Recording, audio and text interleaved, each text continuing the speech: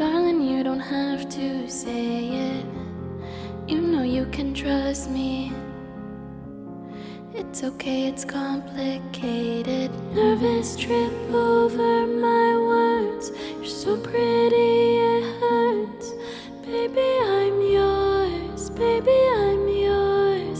Baby, I'm yours. Oh God. ഇവൻ്റെ വീടാണെന്ന് പറഞ്ഞു കഴിഞ്ഞാൽ ഇങ്ങോട്ട് വരത്തില്ലായിരുന്നു. അവനെ ഒരിക്കലും ഫേസ് ചെയ്യണ്ടെന്ന് വിചാരിച്ചതായിരുന്നു. ഒരു കണ്ണൂർ നോക്കിയപ്പോൾ പുല്ലനെ കാണാനില്ല. ഞാനൊന്നും പറയുന്നില്ല. ഇവിടെ വന്നിട്ട് അബീനെ വിളിക്കാൻ പറഞ്ഞതാണ്. ഞാനൊന്ന് അവനെ വിളിച്ചു നോക്കട്ടെ. ഹലോ എടാ, ഞാനിവിടെ എത്തിയേ. എത്തിയല്ലേടാ? എടാ സേഫ് തന്നെയല്ലേ? അവിടെ ഉള്ളവരൊക്കെ എങ്ങനെയാ? വേറെ പ്രശ്നമൊന്നുമില്ലല്ലോ? പ്രശ്നമുണ്ടോയെന്ന് ചോദിച്ചാൽ ആളിയെ ആദ്യം കുറച്ച് കൊണ്ടിയായിരുന്നു കയറി വന്ന ടൈമിൽ. പിന്നെ മരുന്ന് കുറ്റം പറഞ്ഞിട്ട് കാര്യമില്ലടാ മക്കളെയൊന്നും. സ്വാഭാവികം. അമ്മ ഒരു സെക്കൻഡ് മാരേജ് എന്നൊക്കെ പറയുമ്പോഴത്തേക്ക് ആരാലും ഇങ്ങനെയൊക്കെ കാണിക്കുള്ളൂ. പക്ഷെ അതിനേക്കാളും ട്വിസ്റ്റ് എൻ്റെ പൊന്നബി വൺ ട്വിസ്റ്റായിരുന്നു. എടാ നിനക്ക് മറ്റേ അവനറിയത്തില്ല, ലൂക്ക. ഇതാ അവൻ്റെ വീടാടാ, പന്നിയുടെ വീട്. എനിക്ക് വേവ് വരും എൻ്റെ പൊന്നബി. ഞാൻ വല്ലതും വിളിച്ച് പറയും. അവനായിരുന്നു മുമ്പേ. എന്നിട്ട് എൻ്റെ മുഖം കണ്ടപ്പോഴത്തേക്ക് അവൻ്റെ നാക്കങ്ങ് താനെ.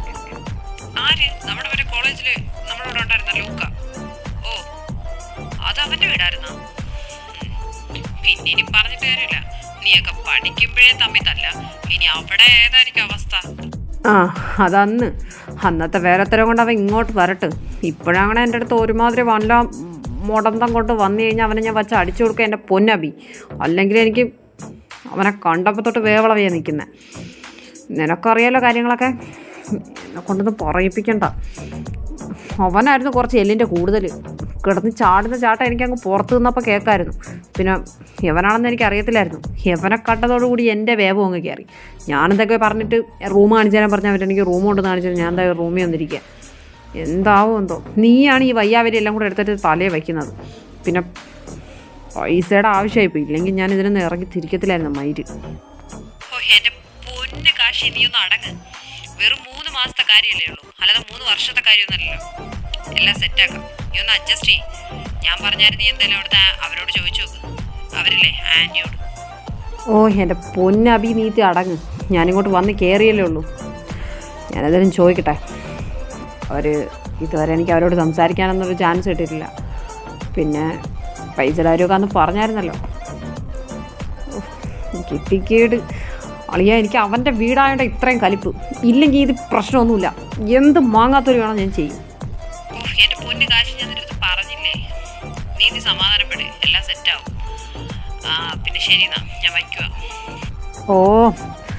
മൈരൻ ഓരോന്ന് പറഞ്ഞിട്ട് പോയാൽ മതി. മനുഷ്യൻ്റെ അവസ്ഥ മനുഷ്യനെ അറിയാം.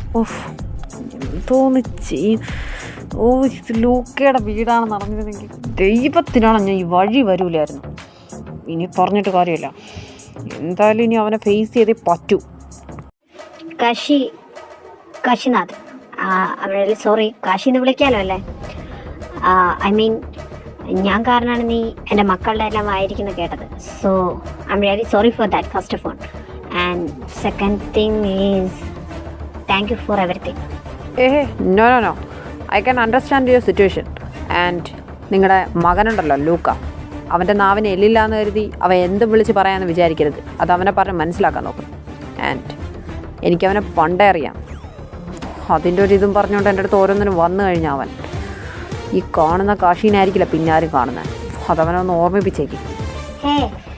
ഈ സെയിം ഡയലോഗ് ലൂക്കയും പറയുന്നുണ്ടായിരുന്നു. നിങ്ങൾ തമ്മിൽ മുമ്പ് വല്ല പരിചയമുണ്ടോ? അല്ല, ചോദിച്ചെന്നേ ഉള്ളൂ. Of course. What a bad question aunty. ആൻറ്റിയുടെ മോനെ അറിയാമോന്നു? ഞങ്ങൾ കോളേജ് ടൈം മുതലേ. നോ അങ്ങനെ പറയുകയാണെങ്കിൽ അതൊക്കെ ഒരു വല്ലാത്തൊരു കള്ളായിപ്പോൾ. +2 പഠിക്കുന്ന ടൈം മുതലേ ഞങ്ങൾ ഒരുമിച്ചാണ് പഠിച്ചത്. And is and my one and only enemy in my college life. ഞാൻ എന്ത് ചെയ്താലും അതിനെല്ലാം ഓപ്പോസിറ്റായിട്ട് അവ എന്തെങ്കിലുമൊക്കെ ചെയ്തിരിക്കും. അതുകൊണ്ട് തന്നെ ആൻറ്റിയുടെ മോനായിട്ട് പറയല്ല, അതുപോലൊരു ഭൂലോക നാറിയെ ഞാൻ കണ്ടിട്ടില്ല, അതുപോലൊരു ചെറ്റയും വേറെ ഇല്ല. വാ, വണ്ടർഫുൾ മാൻ. നിനക്ക് ഞാനൊരു ഭൂലോക നാറിയും ചേറ്റയാണെന്ന് അറിയാമെങ്കിൽ പിന്നെ എന്തിനാടാ മയിര് എൻ്റെ വീട്ടിലോട്ട് കയറി വന്നേക്കുന്നത്? നാണോ മാനോ അല്ലാതെ നീയാടോ എൻ്റെ അമ്മയെ കെട്ടിയിട്ട് ഇവിടെ കയറി വന്നത്, അല്ലാതെ ഞാൻ നിൻ്റെ വീട്ടിൻ്റെ അടുക്കളയിലല്ല വന്ന് നിൽക്കുന്നത്. ആൻഡ് ഞാൻ നിന്നോട് ഒന്നിനും വന്നിട്ടുമില്ല. So mind your words. പിന്നെ അമ്മ ശൃംഗരിക്കാനും കൊഞ്ചാനുമാണ് ഇവൻ്റെ അടുത്തോട്ട് വന്നെങ്കിൽ ഭർത്താവെന്നുള്ള നിലയ്ക്ക് അതിന് ഈ ലൂക്ക ചാവണം. വേറെ ആരാണെങ്കിലും പിന്നിൽ ലൂക്ക കണ്ണടച്ചേനെ. പക്ഷേ ലൂക്ക ഒരിക്കലും ഇതിന് സമ്മതിക്കാൻ പോകുന്നില്ല. ആൻഡ് 3 months കോൺട്രാക്റ്റിൽ വന്നാൽ അങ്ങനെ നിൽക്കണം നീ, അല്ലാണ്ട് ഞങ്ങളുടെ വാക്കാത്ത കയറി ഉണ്ടാക്കാൻ വരരുത്, കേട്ടോടോ കാശിനാഥൻ. അമ്മയ്ക്കുള്ള ഞാൻ വച്ചിട്ടുണ്ട്. പിന്നെ ഞാൻ ജീവിച്ചിരിക്കുമ്പോൾ നിന്നെ ഞാൻ ഒന്നിനും സമ്മതിക്കില്ലടാ കാശി. കുറേ ആയി ഞാൻ നിന്നെ തപ്പി നടക്കുന്നു, കിട്ടിയല്ലോ, അത് മതി. ഹേ വെയിറ്റ്, നീ എന്താടാ പറഞ്ഞേ? നീ തപ്പി നടക്കായിരുന്നു? അപ്പം ഞാനെന്താടാ ചിരക്കായിരുന്നു ഇത്ര കാലം? അന്ന് ആ ഒരു ദിവസം കൊണ്ട് എൻ്റെ ലൈഫിൽ വന്ന ചേഞ്ചസ് എന്തൊക്കെയാണ് ഞാനായിട്ട് നിനക്ക് പറഞ്ഞു തരേണ്ട ആവശ്യമില്ല. അതിനുള്ള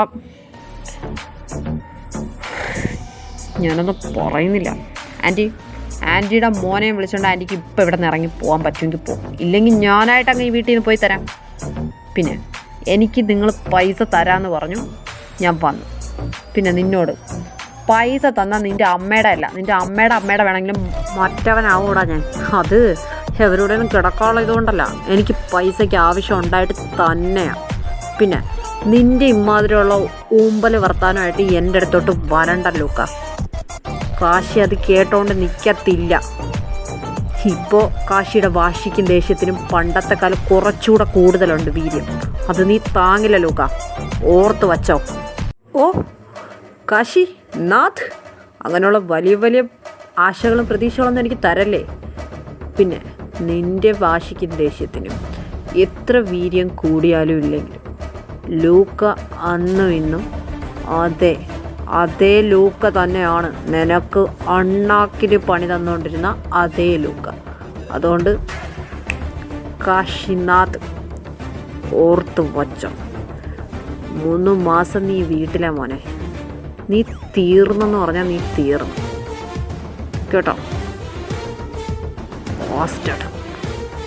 എടാ ലൂക്ക മൈര, ഞാനല്ലടാ പാസ്റ്റഡ്, നിൻ്റെ തന്തയാ. അല്ലെങ്കിൽ നിൻ്റെ അമ്മയ്ക്ക് നീ ഈ അവസ്ഥ വരത്തില്ലായിരുന്നു, എൻ്റെ കാല് പിടിക്കേണ്ട അവസ്ഥ. മനസ്സിലായടാ പുല്ലറ്റ മോനെ. പോയിട്ട് നിൻ്റെ തന്തയെ പോയി വിളിക്ക് ബാസ്റ്റഡെന്ന് ചെല്ലേ. അങ്ങേര് ബാസ്റ്റഡല്ലെന്ന് ഞാൻ എഴുതി ഒട്ടിച്ചുകൊണ്ടൊന്നും നടന്നിട്ടില്ലടാ പുല്ലേ. അതെനിക്കും അറിയാം, നീ പറഞ്ഞതൊക്കെ സത്യമാണെന്നും അങ്ങേര് പരമ ബാസ്റ്റഡാണെന്നും. ഓക്കെ, അതുകൊണ്ട് അത് പറഞ്ഞ് നീ എന്നെ വരണ്ട.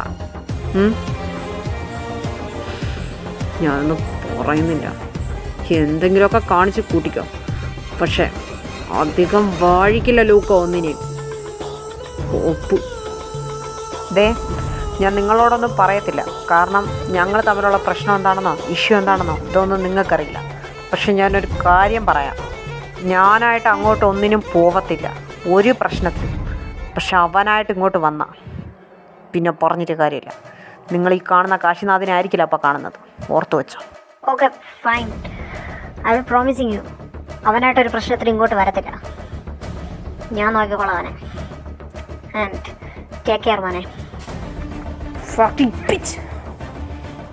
മനഃപൂർവ്വ പന്നീരമ്മ എന്നെ ടാർഗറ്റ് ചെയ്ത് മാത്രമാണ് അവ ഇവിടെ വന്നേക്കുന്നത്. എൻ്റെ പൊന്നു പീറ്ററെ, എൻ്റെ കയ്യിൽ നിന്ന് പോവുകയല്ല. ഓ എടാ നീ ഒന്ന് അടങ്ങ്. എടാ അപ്പം പറഞ്ഞ വെച്ച് നോക്കുമ്പോഴും അവൻ്റെ ആ ടോക്കൊക്കെ വെച്ച് നോക്കുമ്പോഴും അവനും പ്രതീക്ഷയില്ല ഇത് നിന്റെ വീടാണെന്ന്. പിന്നെ അവന് ഫിനാൻഷ്യലി എന്തൊക്കെ പ്രോബ്ലംസ് ഉണ്ടെന്നാ അങ്കിള് പറയുന്നേട്ടെ. അത് വെച്ച് നോക്കുമ്പോൾ അവൻ പൈസക്ക് വേണ്ടിയിട്ടാണ് ഇതിന് ഇറങ്ങി തിരിച്ചിരിക്കുന്നത്. അല്ലാണ്ട് അവൻ നീ വിചാരിക്കും പോലെ ഇതൊന്നും നിന്നെ ടാർഗറ്റ് ചെയ്ത് വന്നേന്നുമല്ല, സ്വത്തിനൊന്നും ടാർഗറ്റ് ചെയ്ത് വന്നേന്നുമല്ല. അവനെന്തോ ഫിനാൻഷ്യലി എന്തൊക്കെ ഒരുപാട് പ്രോബ്ലംസ് ഉണ്ടെന്ന് പറയുന്ന കേട്ടോ. പീറ്ററെ, നീ അവനെ സപ്പോർട്ട് ചെയ്യല്ലേ, അല്ലെങ്കിൽ എൻ്റെ മുഴുവൻ കൺട്രോളും പോയാൽ നിൽക്കുന്നത്. എനിക്ക് നല്ല ഉറപ്പാണ് അവൻ എന്നെ ടാർഗറ്റ് ചെയ്താൽ വന്നേക്കുന്നത്. അവൻ്റെ ടോക്ക്, അവൻ്റെ നിപ്പ്, എന്നോടുള്ള നോട്ടം, അവന് എന്നോടുള്ള അപ്രോച്ച് എല്ലാം കട്ടയ്ക്ക് പണ്ടത്തെ പോലെ നിൽക്കുക. അന്നത്തെ സംഭവത്തിന് ശേഷം ഞാനും അവന് ഇതുവരെ കണ്ടിട്ടില്ല. അവൻ എന്തുദ്ദേശം ഈ വരക്കം വന്നേക്കുന്നതെന്ന് എനിക്ക് തന്നെ അറിയത്തില്ല. എടാ, അങ്ങനെ വല്ലതും ആണെങ്കിൽ തന്നെ അവ ഇവിടെ തന്നെ ഉണ്ടല്ലോ ഇനി അങ്ങോട്ട്, അപ്പൊ നമുക്ക് കണ്ടുപിടിക്കാലോ. അതെ, എനിക്ക് കണ്ടുപിടിച്ചേ പറ്റൂ. അന്നവൻ മനഃപൂർവ്വം അങ്ങനെയൊക്കെ എൻ്റെ അടുത്ത് കാണിച്ചത്. ചാതിയൻ. ലൂക്ക, എന്റെ വായിന്ന് വല്ലതും കേൾക്കരുത്. നീയും ചില്ലറക്കാരനൊന്നുമല്ല, നിന്റെ ഭാഗത്തോണ്ട് ഒരുപാട് തെറ്റ്. അവനെ മാത്രം നിന്ന് കുറ്റം പറയുന്നു. ഞാനൊന്നും പറയുന്നില്ല മറ്റേ ചതിയും പോലും വന്നിട്ട്. ഇനി എൻ്റെ മക്കട്ട് കയറ്. ഞാനെന്താ ചെയ്തേ? ഇതേ പീറ്ററെ, നീ എല്ലാം അറിഞ്ഞു വെച്ചുകൊണ്ട് രണ്ടുപേരെ വാർത്ത തെറ്റുണ്ടെന്ന് പറയില്ലേ. മനുഷ്യരും ഞാനൊന്നും പറയുന്നില്ല. ഞാൻ പറഞ്ഞാൽ കൂടിപ്പോവും. നിനക്കൊന്ന് പറഞ്ഞാൽ മനസ്സിലാവില്ല എൻ്റെ സിറ്റുവേഷൻ. എന്നിട്ട് അവ എന്നോട് പറയാം, അതിനുശേഷം അവ അനുഭവിക്കുന്ന മാനസികാവസ്ഥ പോലും. അപ്പോൾ ബാക്കിയുള്ളവനോ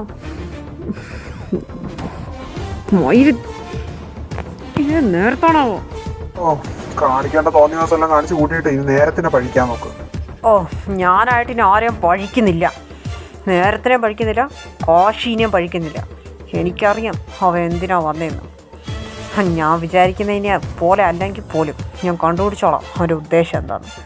പിന്നെ അവനെപ്പോലെ ഒരു ചെറിയ എലീനെ പുകച്ച് വെളിയിൽ ചടിക്കാനായിട്ട് എനിക്ക് അധിക സമയമൊന്നും വേണ്ട. താമസിക്കാതെ അവ ഇവിടെ നോക്കും. 3 മാസം കഴിയുന്നതിന് മുമ്പേ ഓട്ടിച്ചിരിക്കും ഈ ലൂക്ക. മാത്യു, എന്താ ഞാൻ പറഞ്ഞ കാര്യം? ഡീറ്റെയിൽസ് എല്ലാം കിട്ടിയില്ലേ? പറഞ്ഞ കാര്യങ്ങളൊക്കെ ഓക്കെ അല്ലേ? അതുപോലെ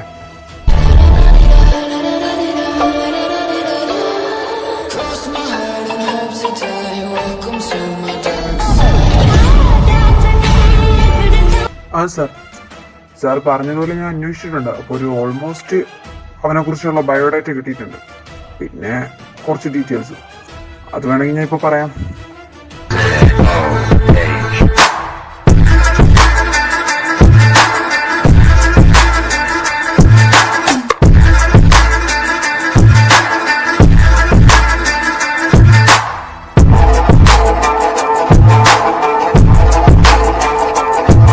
ഓക്കെ, ഫൈൻ. താൻ ഡീറ്റെയിൽസ് പറയാൻ നോക്കൂ, ഞാനൊന്ന് കേൾക്കട്ടെ അവനെ കുറിച്ച്. ഓക്കെ സാർ, ഞാൻ പറയാം. സാർ, അവൻ്റെ പേര് കാശിനാഥ് വർമ്മ. അപ്പൻ്റെ പേരെന്തോ നകുലൻ വർമ്മ, നന്ദൻ വർമ്മ, അങ്ങനെ എന്തോ ആണ്. അവര് പണ്ടത്തേതോ ഒരു വർമ്മ ഫാമിലിയാണ്. ഒരു 2-3 വർഷം മുമ്പ് ഭയങ്കര റിച്ചൊക്കെ ആയിരുന്നു. അപ്പനും അമ്മയും എന്തോ ആക്സിഡന്റോ അങ്ങനെ എന്തോ സംഭവത്തിൽ മരിച്ചെങ്ങനെ പോയതാ. അതോടെ അപ്പനെന്തോ ചെറിയ കടമൊക്കെ ഉണ്ടായിരുന്നു. വീടും സ്ഥലവും അങ്ങനെ ഉണ്ടായിരുന്ന ബിസിനസ് സ്ഥാപനങ്ങളും എല്ലാം ജപ്തി ചെയ്ത് കൊണ്ടുപോയി. പിന്നെ എവനും എൻ്റെ പെങ്ങളും മാത്രം, കല്യാണി വർമ്മ. ആ കൊച്ചിനിപ്പോൾ ഒരു 10-16 വയസ്സ്, ഇത്ര കാണാൻ വഴിയുള്ളൂ. അത് ഈ സിറ്റി തന്നെ ഏതോ ഒരു കോൺവെന്റിലാണ് നിൽക്കുന്നത്. പിന്നെ ഇവനേതോ ഡെലിവറി ബോയോ അങ്ങനെ എന്തോ ആയിട്ടാണ് വർക്ക് ചെയ്തുകൊണ്ടിരുന്നത്. അവിടെ തന്നെയായിരുന്നു ഇവൻ്റെ താമസം. പിന്നെ ആ കൊച്ചിനെ കാണാൻ മാത്രമേ ആ കോൺവെന്റിലോട്ട് പോകാറുള്ളൂ. പിന്നെ ഇത് ഫ്രാൻസിസ് വഴിയുള്ള അപ്പോയിൻമെൻ്റ് ആണ് ഈ പയ്യൻ. സാറിൻ്റെ സംശയം ശരിയാണെന്നാണ് തോന്നുന്നത്. I think this is an fake marriage. അങ്ങനെയാണെങ്കിൽ നമുക്ക് കോർട്ടിലോട്ട് അപ്പീൽ കൊടുക്കുകയല്ലേ വേണ്ടത്? യാ ഓഫ് കോഴ്സ്, ഞാൻ പറഞ്ഞല്ലോ, അതിന് ഫേക്ക് ആണെങ്കിലും അല്ലെങ്കിലും നമ്മൾ അപ്പീൽ കൊടുക്കുക തന്നെ ചെയ്യണം. കാരണം ഈശേനെ എനിക്കറിയാന്നുള്ള പോലെ വേറെ ആർക്കും അറിയില്ല. അവള് വാശി മൂത്ത മൂർക്കം പാമ്പ. അവളുടെ ഭാഗം ജയിക്കാൻ അവൾ എന്ത് ചെറ്റത്തരം ചെയ്യും. അതുകൊണ്ട് അവൾ ഇത് തുള്ളിച്ചാടി ചെയ്തതാണെന്ന് എനിക്ക് നന്നായിട്ടറിയാം. പിന്നെ ഈ കാശിനാഥ് വർമ്മ, അവനെ ഞാനൊന്ന് കാണുന്നുണ്ട്. അവൻ എന്തിൻ്റെ സൂക്കേടാന്ന് ഞാൻ അറിയുന്നുണ്ട്. Leave it. ഇതിപ്പോ നമുക്ക് പണിയാവുന്ന കേസ് തന്നെയാണോ അവൻ? അങ്ങനെ വ്യക്തമായിട്ട് ചോദിക്കുകയാണെങ്കിൽ യാ ഓഫ് കോഴ്സ്. അവൻ്റെ ക്യാരക്ടറൊക്കെ ഞാൻ പറഞ്ഞു വരുന്നേ ഉള്ളൂ. സാർ അതുകൂടെ കേക്ക്. സാറിൻ്റെ മോൻ ലൂക്ക, അവൻ്റെ സെയിം കോളേജിലാണ് ഇവൻ പഠിച്ചത്. ഇവരെ +2 പഠനമൊക്കെ ഏകദേശം ഒരുമിച്ച് തന്നെയായിരുന്നു. ഇവർ രണ്ടുപേരും ആ ടൈം തൊട്ടേ ആ ജന്മ ശത്രുക്കളാണ്. അപ്പൊ ശത്രുവും കൂടെ ഇപ്പോൾ ഒരു വീട്ടിൽ താമസിക്കാൻ പോകുന്നത്. പിന്നെ ലൂക്കയുടെ ക്യാരക്ടർ ഓൾമോസ്റ്റ് നമുക്ക് അറിയാന്നുള്ളതാണ്. പിന്നെ എവന്റെ ക്യാരക്ടർ പ്രത്യേകിച്ച് എടുത്ത് പറയുകയാണെങ്കിൽ ദേഷ്യം വന്നാൽ എന്താ ചെയ്യുന്നതെന്ന് അറിയാത്ത ഒരുത്തനാണ് എവൻ. സോ മുമ്പിരിക്കുന്ന ആളുടെ ഏജ് പോലും നോക്കത്തില്ല. അങ്ങനെയാണ് നമുക്ക് തിരക്കിയപ്പോൾ കിട്ടിയ ഒരു ഇതെന്ന് പറയുന്നത്. പിന്നെ I think he's A gay. Yeah kick it bro. അത് മതി, ആ ഒരു ഇത് മതി നമുക്ക് പിടിച്ച് കയറാനായിട്ട്. അങ്ങനെയാണെന്നുണ്ടെങ്കിൽ ഇഷയ്ക്ക് തെറ്റി. അവ അവിടെ പോയത് വെറും പൈസയുടെ ആവശ്യം കൊണ്ട് മാത്രമായിരിക്കില്ല. അവന് അത് മാത്രമല്ലാണ്ട് വേറെ എന്തൊക്കെയോ ഉദ്ദേശമുണ്ട്. ഇഷ, നിനക്ക് ഇവിടെ പിഴവ് പറ്റും. ഏതായാലും മാത്യു, നീ കോർട്ടിൽ അപ്പീൽ കൊടുത്തിട്ട് അവന് കളിക്കാന്നുള്ളതും കളിക്കട്ടെ, ഈശ കളിക്കുന്ന കളിയും കളിക്കട്ടെ. അതിൻ്റെ ഇടയിൽ കൂടെ ഗോൾ അടിക്കേണ്ട കളി കളിക്കാൻ ഈ സ്റ്റീഫന് നന്നായിട്ട് അറിയാം. ഞാനും കളിയങ്ങ് തുടങ്ങാൻ പോവാ. 3 ആയുള്ളൂ, ഇനിയും കിടക്കയില്ലേ 10-35 എപ്പിസോഡ്. എൻ്റെ കളിയും കുറച്ചങ്ങ് നീണ്ടു പോവും. Okay sir, then thank you sir. ഞാനെന്നാ അപ്പീല് ചെയ്യാനുള്ള ബാക്കി പ്രൊസീജിയേഴ്സ് ഒക്കെ പോയി ചെയ്തിട്ട് വരാം. Bye sir. ആ ഓക്കെ മാത്യു, ബൈ. ഇഷ, നിനക്ക് എന്താ ഇഷ ഇതിന് മാത്രം പിഴവ് പറ്റിയത്? കാശിനാഥ് വർമ്മ, ഇനി അവനെ എൻ്റെ തുറപ്പിച്ചിട്ട് അവനെ വെച്ച ഇനി സ്റ്റീഫൻ കളിക്കാൻ പോന്നെ. സ്റ്റീഫന്റെ കളി തുടങ്ങുന്നേ ഉള്ളൂ ഇഷ. നീ വിചാരിക്കുന്നതിലും അപ്പുറത്തായിരിക്കും ഇനി സ്റ്റീഫന്റെ ഗോളുകൾ. അതൊന്നും നിനക്ക് തടുക്കാൻ പറ്റിയ ആരും നിന്റെ കൂട്ടത്തിലോ നിന്റെ കളിക്കളത്തിലോ കാണില്ല.